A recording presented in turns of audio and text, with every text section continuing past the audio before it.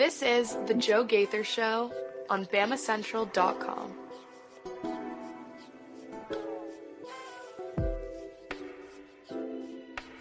Good evening, Tuscaloosa, West Alabama, Internet world.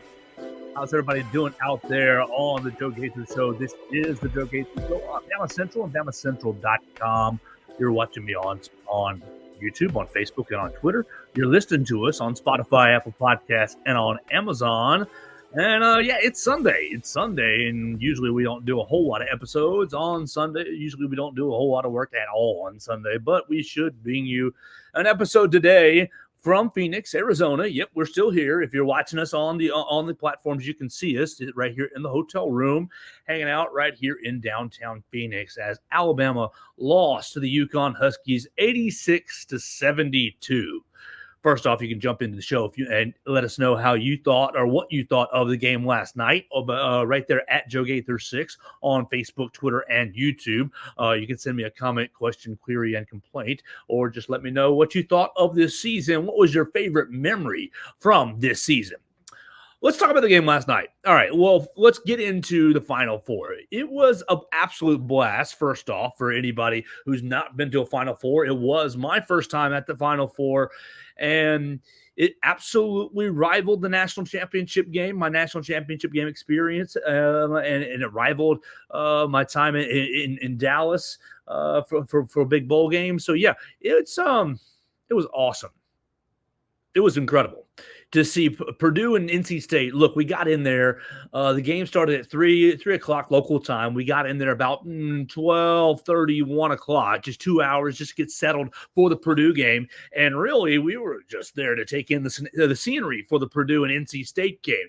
And the amount of Purdue people that came to Arizona, at least for the first round. Obviously, you're going to expect that they stayed for tomorrow night's championship game after their great results against NC State. But they really they really showed out. They really showed out. And the NC State folks did as well. The atmosphere for that first game was really, really incredible.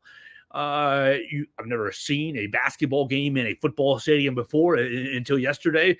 Very unusual. Very unusual setup as the court was kind of, it was raised on a platform and really a lot of the day I found myself, our seats were good. Our seats were really good. But a lot of the day I found myself watching the games on the big screen, the Jumbotron above, or the two big screens inside State Farm Stadium, just because of the setup. It was, we were 4 rows back in the media section in the end zone. We had a great corner seat, but it was just very unusual for me to watch a game that way. Not in a bad way at all. But I enjoyed it. But it was just I found myself watching the screens a bit more through both games.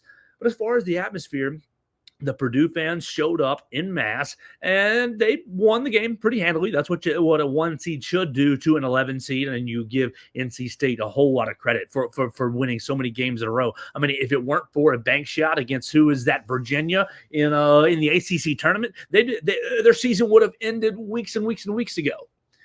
But Zach Edey goes up against DJ Burns and gets the better of DJ Burns, and Zach Edey is easily the most physically imposing human I have seen in person in my entire life. I don't know really. Look, you got the big debate with Zach Edey. Is he good or is he just tall? I think he's certainly good, and he certainly works at his craft. You can tell that by the things he does at the free throw line and his positioning and his passing. But I think that really what makes Purdue so good are the 4 or 5 players around Zach Edey.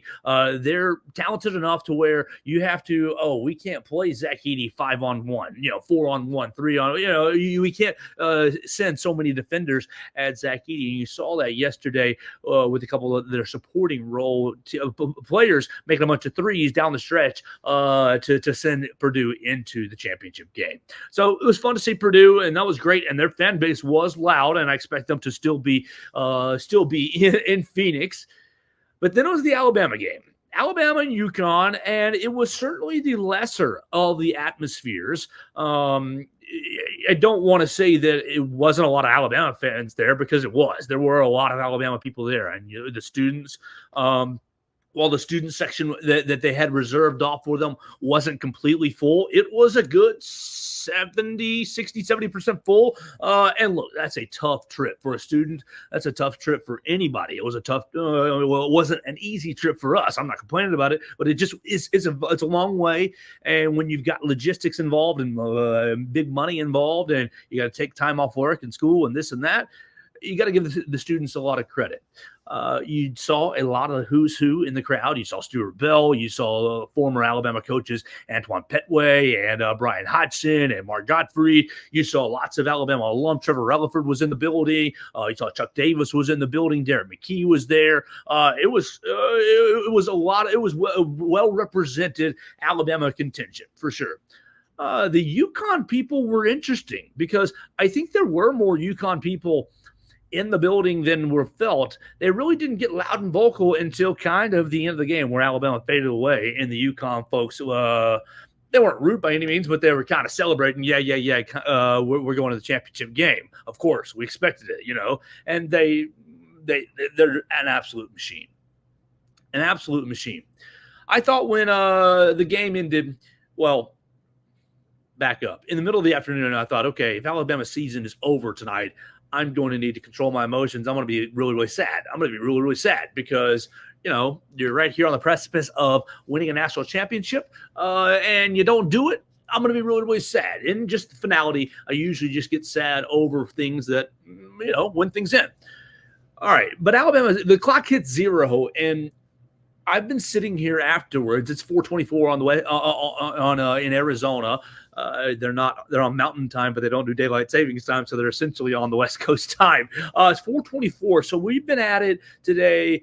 Oh gosh, what are you? You're not quite 24 hours from but you're about 18 or so hours after the loss, and I still feel happy. I still feel proud. I still think, look at this team, and I think, what a run. What an unbelievable run. And what furthers that is the way that Alabama played against against UConn, excuse me. Now, could they have played better? Yes, they could have. But they didn't play bad by any means. Obviously, you lost 86-72. Joe's prediction was wrong. Haha, you can let me know in the comments if you want to make fun of me there. I was wrong. I thought Alabama was going to pull the upset. I was wrong there, and I thought Alabama would probably cover. I thought that would be a safe play. I thought it'd be a 5 to 8 point game at worst for Alabama. I don't think the 14-point margin shows the true margin of the game, but I do think that UConn was clearly the better team. UConn was here's some of my notes. Just a tougher team. They ran you off the 3-point line and they forced you into tough looks. Now, the first half, you were incredible from 3. What were you? 7 of 10, I think it was, is what it was. 7 of 10. No. The first half. Oh, I'm getting confused. Oh, that's UConn. I'm sorry. They were 8 of 11. Excuse me, 8 of 11. So they're right there. I mean, you're rocking at 72%, and you're thinking, oh gosh, 8 of 11. You go back to the earlier prediction. You needed to hit 16 threes. You're halfway there. You needed to hit 16 threes or go at 40%. You're well ahead of that 40%. So you're sitting there feeling really good.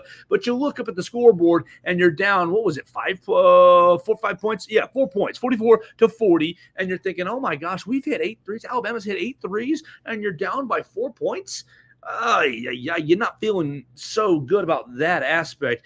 UConn, what they do, I mean, you go to the second point from our keys of the game, our keys to get Alabama to the upset. Oh, I said 13 or fewer. Yeah, 13 or fewer turnovers. Alabama only turned the ball over 8 times. So you did well in that aspect, and you were doing well in the first half. Now, the second half, I mean, you play both halves. The second half came up, and Alabama was only able to go 3 of 12 from beyond the arc. And I don't really think it was necessarily –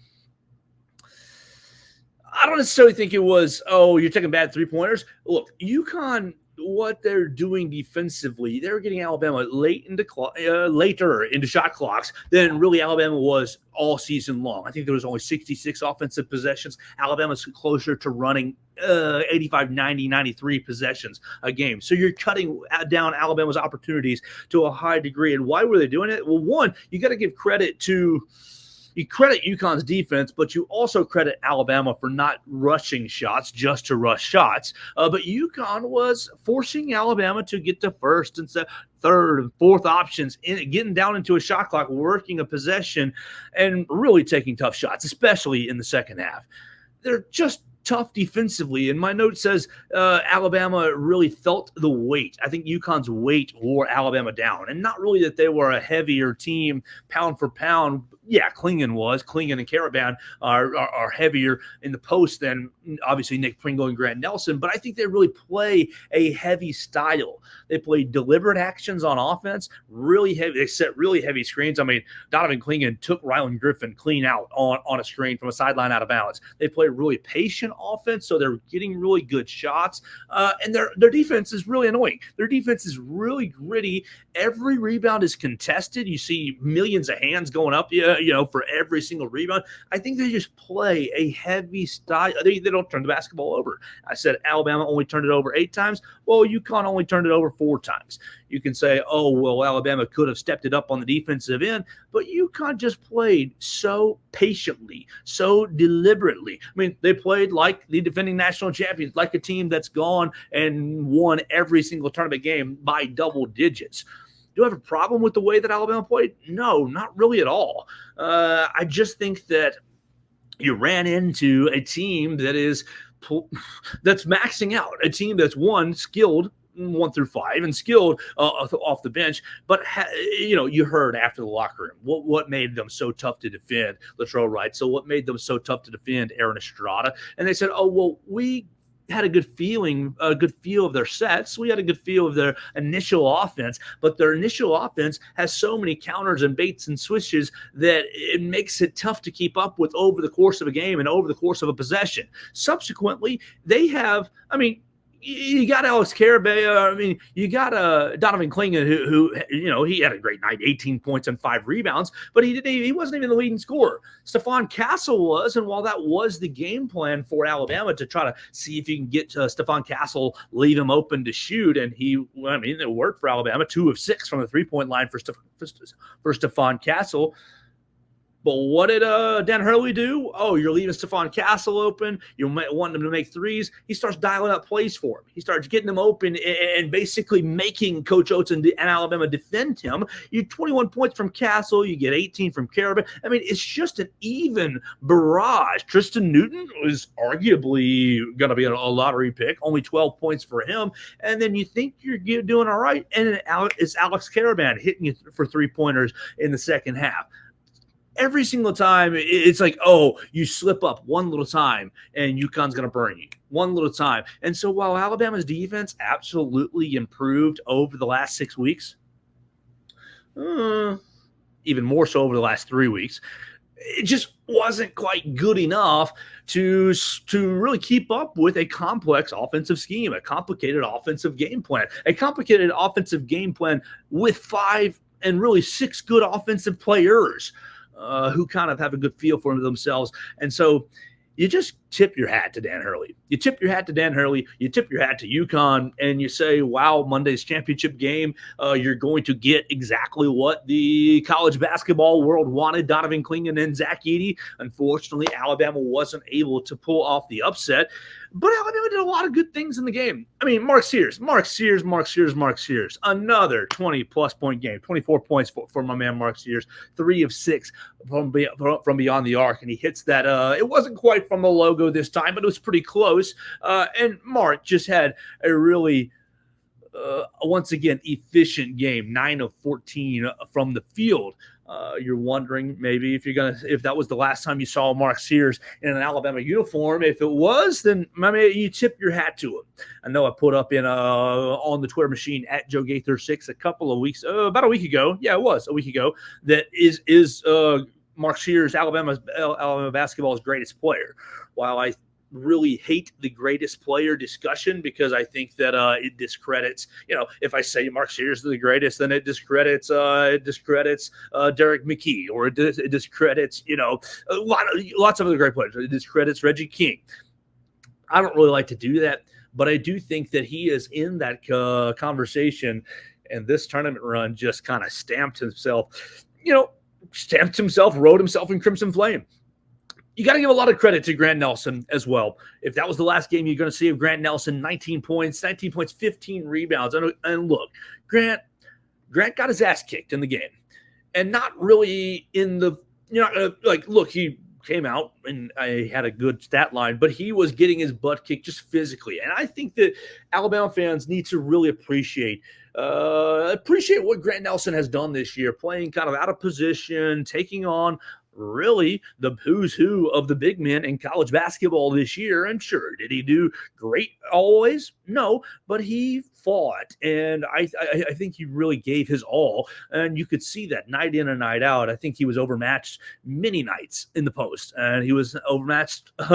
He was overmatched last night against Donovan Clingan as well. Donovan Clingan basically got whatever he wanted right around the rim, but you cannot say that Grant didn't give you his all. Grant comes out and makes the first three-point shot, and he has that thunderous dunk over Donovan Clingan that he will have forever. And that thunderous dunk is probably going to be Alabama's basically Final Four highlight for their first trip to the Final Four. You got that thunderous dunk plus Mark Sears' deep three-point shot. Those are your two big highlights. And they're great highlights. I mean, they're going to stand up with any others. Obviously, you'd like to have the win, but for a first-time appearance, shoo-wee, you're going to have I don't know what it was on SportsCenter last night, but it had to be in the top 10. Grant Nelson going down the lane and throwing it down on Donovan Clingan. He battled. He was just a bit overmatched and not always playing in his most true position this season. And then the last one I want to get into is Aaron Estrada. Aaron Estrada, the mid-range merchant.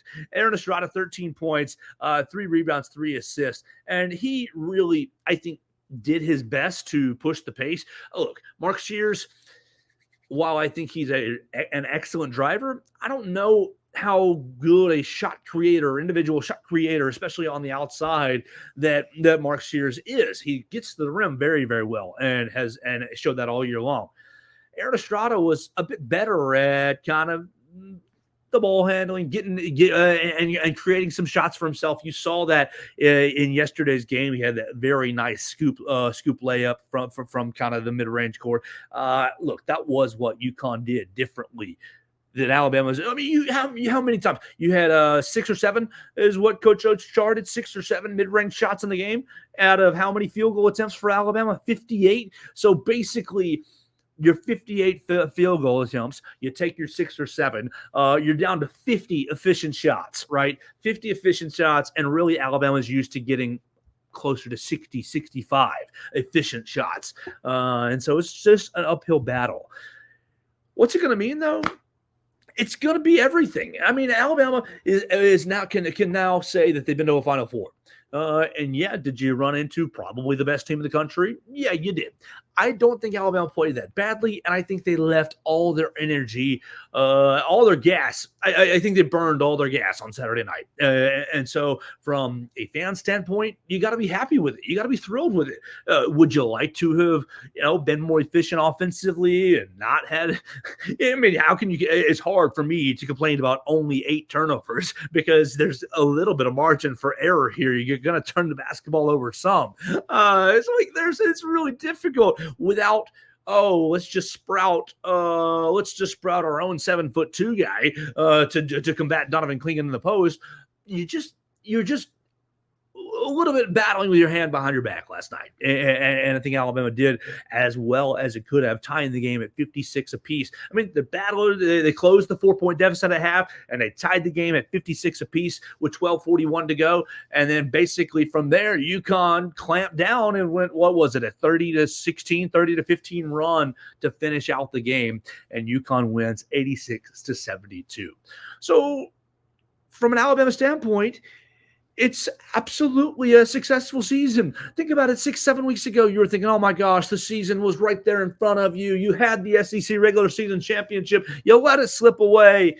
And then you go up to Nashville and absolutely bust. Oh, what a terrible performance. Terrible performance against the Florida Gators. And you're thinking, oh gosh, the season is off the rails and the wheels are falling off. Just incredible coaching, incredible character, incredible resolve from from the program. From very top with Nate Oates all the way to the bottom with the managers. Just resolved to have a great run. Now, look, you cannot deny that it was favorable to get to the Sweet 16.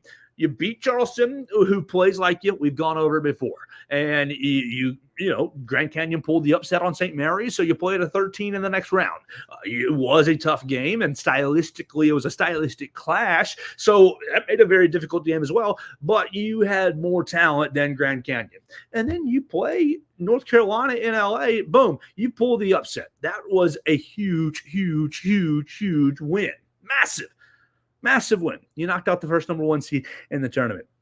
And then at that point, you caught another good break with Clemson beating Arizona. I thought that really an Arizona matchup in an Elite Eight game was going to be very, very tough for Alabama. But when Clemson pulls the upset, you've got to take advantage of it. And Alabama absolutely did. Alabama says, "Oh, we let one get away in November against Clemson. We didn't play very well. We didn't know ourselves very well." And look, you cannot say they found themselves. The Crimson Tide found themselves at the right time, found themselves at the very last minute. So while Clemson came in and beat Alabama at a moment where they didn't really know who they were, you got to take advantage of it. 4 months later, 3 months later, and they did.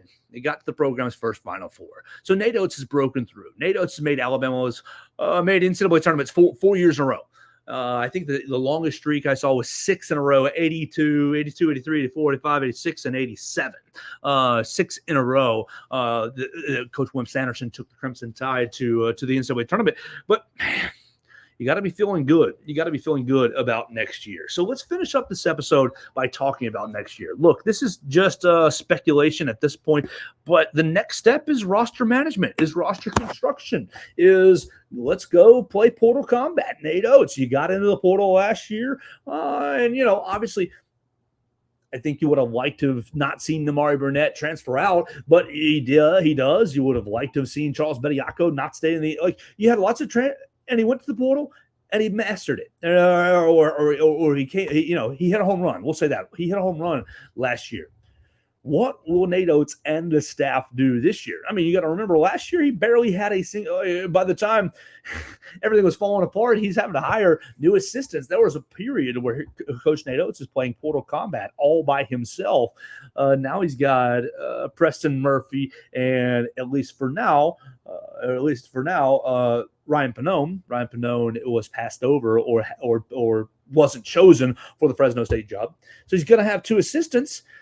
Let's talk about the roster. The only guy that's out of eligibility is Aaron Estrada. So we say sayonara to Aaron Estrada. He's going off to greener pastures, maybe playing overseas or doing something else. But he's going to be gone for sure. That's the one guarantee.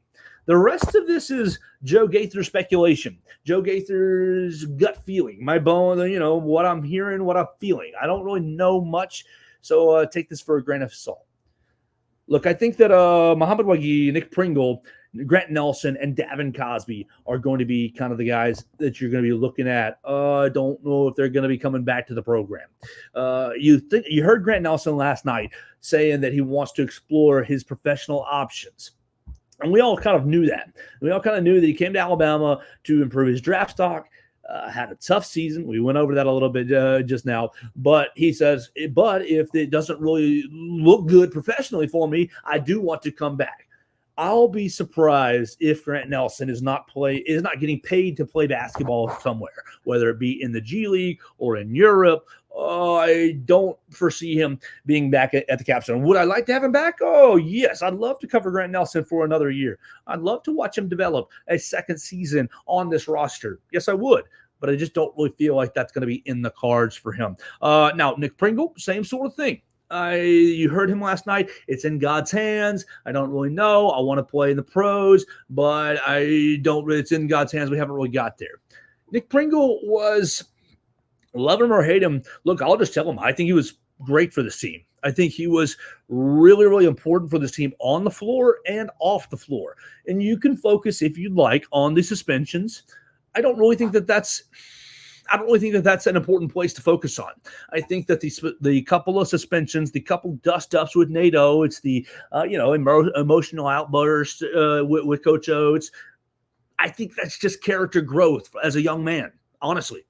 Dude, I had many blow-ups to superiors as a young man where I had no business doing that, and they gave me more chances. They sat me down or suspended me, in our own ways. I don't really think that that's a huge black eye on Nick Pringle. I think Nick Pringle was all in on this program all season long. I think Nick Pringle was frustrated with maybe his understanding of how the best way to be all in on this program this year and on this team. But I think that ultimately they found a great fit and okay, this is Nick Pringle. This is who he is and what he means to this year's team. I wonder if they're just going to leave it on a high note with Nick Pringle, and if Nick Pringle is going to head off to professional ranks overseas or something else, or hit the transfer portal for one more season for Nick Pringle. Now we continue on. Mohamed Wague. Mohamed Wague is going to be up in the air as well, but I expect him to not be on this roster going forward.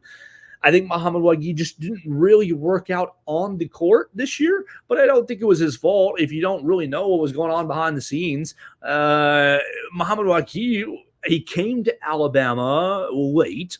Take that first. He came to Alabama late because of the Bob Huggins DUI. We're going to the transfer portal to find a big man to replace Charles Bediako. Yeah. And Mohamed Wague just happened to be there, and it happened to be available. He comes to the capstone.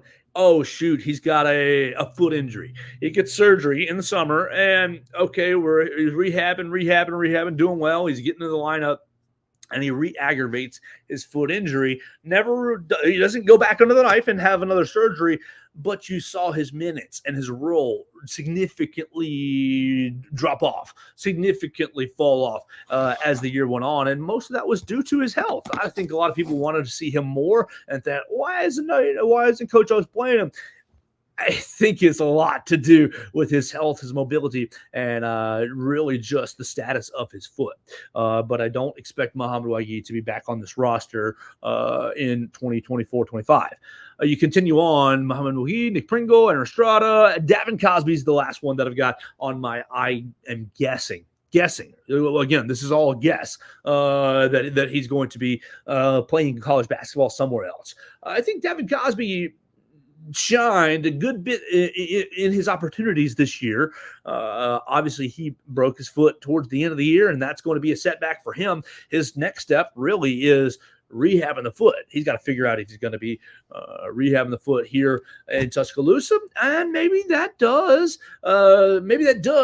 lead him to lean on coming back to the capstone and doing it, running it back. I thought that for a freshman, people thought of Davin Cosby as a second year, as a sophomore, because he early enrolled in the mid-year last year. Really, this was his freshman year. So would he be a player that I'd like to see what he can do growing in this program? Yes, I would. But you're going to see turnover year in and year out in college basketball. You're not dumb. You're the viewer. You know college basketball. You've been listening and watching for as long as you can remember. And since the transfer portal has been a part of the game, 4 years now with the portal? I think. 6. I think it was 2018. But since the portal been invented, you've had roster turnover just crazily. So this is just my educated guess. All right, what do you know is coming back? What do you know is going to be on the roster? You've got Aiden Sherrill, Darian Reed, Nas Cunningham, and Houston Millett. 4 guys that are on the roster next year. They're committed. They've signed. They're booked. They're coming to the capstone. Now, Houston Millett. You're going to see, you got to get him here, and you got to get him a part of the team. You never know if it's going to be a Jaquan Walton situation, but I would highly, highly, highly, highly, highly doubt it. I think it's pretty much set in stone that those 4 guys are going to be on the team next year. I think you're going to get Jaron Stevenson back. I think it's very important that you get Jaron Stevenson back. Jaron Stevenson grew through this year, and you get him another year in the weight program. Remember, he was supposed to be a high school senior. He just completed his freshman year. He's going to come back. I think he's going to come back, and I think he's going to be a really important piece for Alabama to work around and really might feature next season. Going on, this name might look, it's going to be 50-50 on Mark Sears, but my gut feeling says you're going to get Mark Sears back. And if you do, third year Mark Sears in the program, I think it's going to be special. You go back, 10 minutes ago in the program, I asked, is he the greatest player in Alabama basketball program history? This year, one single year as the leader. He played the Robin role, sort of. He was one of the many ancillary roles to Brandon Miller last year. He asserted himself this year. He was absolutely the unquestioned leader on offense. You get a third year of Mark Sears, a second year of lead dog Mark Sears. He might make that question really, really easy for you. But just my gut feeling, I think you're going to get Mark Sears back, and that's going to be huge for Alabama. Now, just as easily, he could go into the league and get a two-way or get a G League contract. You've heard lots of people, he looks like Jalen Brunson. He looks like Jalen Brunson. Well, Jalen Brunson's been doing incredible for the New York Knicks, and if people are seeing that comparison and want to go ahead and get their hands on him, you might say bye-bye to Mark Sears, and you're going to have to go out and look for a point guard. Woo! I think the Latrell Wrightsel's, I feel pretty comfortable, pretty confident to say Latrell Wrightsel's going to be coming back to this roster. And I think that, you don't like the head injury stuff that happened. You don't like that for anybody. You don't like it for anyone on any team, rivals or not, or whoever. But I think Latrell really grew in this offense this year. I think Latrell thought he was coming to Alabama to be maybe a fourth or a fifth option, and found himself many times being the third option or the second option when he was available, especially when he found his role a bit more. And look, Latrell Wrightsell, you have a coach who believes in you who says, you can't pass up open shots. You have to shoot. That's going to be a guy that you're going to want to play. I think I feel pretty comfortable about Latrell Wrightsell coming back to this roster. Just a couple more. 1, 2, 3, 4 more. Sam Walters, I think is going to be 50. Is going to be up in the air. It's going to be up in the air. I can see him coming back, and if Sam Walters gets a bit stronger. Look, we heard from Sam, and he talked about this year he put on 20 pounds from last year as a high school senior to this year as a college freshman, and I think you saw that a lot this year. I'm not quite comfortable with my size. I'm not quite comfortable in this. There's a lot of. I don't want to say weakness, but you got Sam bumped off the ball a bunch of times this year. You got a handful of inerrant passes from Sam. Just a little bit of you get 10 more pounds of strength on Sam Walters. I mean, the shot is pure. The shot is beautiful. The 3-point shot that Sam Walters has, it might be the prettiest shot on the team. It might be, just from a pure form standpoint. So offensively, you definitely want to keep that shot in the offense, and you definitely want to see it develop for a second year. But Sam, I'll just say I won't be surprised if he tests the waters and jumps in the transfer portal and sees if somebody's going to offer him a bigger role at a different university. Rylan Griffin is a really interesting name. Rylan Griffin, you're going to want to have him back. Look, he's the best on-ball defender on the team for sure. And I think that he exuded to me last night in the locker room that it sounded like he's coming back to the Capstone. It sounded pretty... Nothing's for sure. I don't want to say that. Nothing is for sure. But it sounded like a pretty much foregone conclusion that Rylan Griffin's going to be back at the Capstone next year. Can it change tomorrow? Absolutely, it can change tomorrow. So take that for what it is. But I think Rylan Griffin's going to be back for this team. Chris Parker and Muhammad Diabate. These two guys are very similar, but both in the fact that they were freshmen. Obviously, Chris Parker, we didn't see him play at all this year, redshirted, and we saw Mo Diabate, and Mo filled many different roles this year. I loved him. just from a personal standpoint, from a basketball fan standpoint, from a roster construction standpoint, I thought Mo Diabate was very, very important to this roster. And if you can get Mo Diabate back next year and you give me 4 or 5 months of development, I mean, what are we in? We're in April, May, June, July, August, November, 5 months of development, working with Mohamed Diabate on his shot, and you just keep that same level of dog in him, he could be a great player on this team. But the same sort of way, wouldn't be surprised if he were to, want to or explore options elsewhere, just because of opportunities. I felt like oftentimes he could have gotten more opportunities this past season. Now, obviously, you make a Final Four run. Who the hell am I to say who should have played more and who should have played less? But I think that Mohamed Diabate, you could have carved out some more minutes for that energy guy, for that dirty work guy. And maybe he gets another 10 pounds of muscle and some development, and he becomes, look, a lot of people have said it this year, baby Herb Jones. Woo! You get you another, look, if you got Ryland back as an on-ball defender, and you get Mo Diabate with another 10 pounds and, more familiarity and experience, that's two incredible defenders. I think that you'd have. And look, Mo had to play a lot of post guys. Mo found himself in there with Klingon a couple times. He's not going to be on. The matchups are going to be so much different next year. And I think that is what's so encouraging. That this year, Nate Oates the Alabama basketball program played a little bit. I don't want to make fun of left-handers, but a little bit left-handed, a little bit like, this is with not a full barrel, not a full clip. They didn't have every bit of ammo that they could have this year, and a lot of it goes into, you lost Charles Bediako, and how did you replace him? You couldn't really replace him. You never really did. And you still made it to a Final Four. Last hit is Chris Parker. Chris Parker said yesterday, I haven't really thought about it.